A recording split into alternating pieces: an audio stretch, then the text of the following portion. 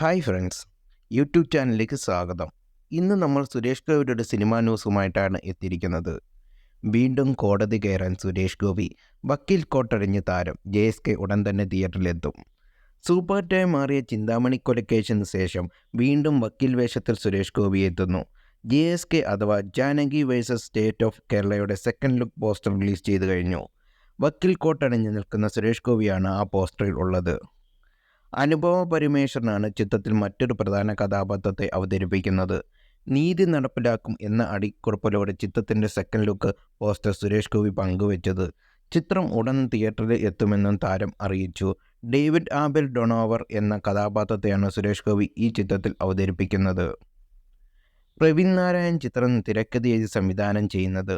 മാധവ് സുരേഷ്, ശ്രുതി രാമചന്ദ്രൻ, ദിവ്യ പിള്ള, അസ്കർ അലി, ബൈജു സന്തോഷ്, യദു കൃഷ്ണൻ, രജിത് മേനോൻ, അഭിലാഷ് രവീന്ദ്രൻ, കോട്ടയം രമേശ്, ജയൻ ചേർത്തല എന്നിവരാണ് മറ്റു പ്രധാന കഥാപാത്രങ്ങൾ.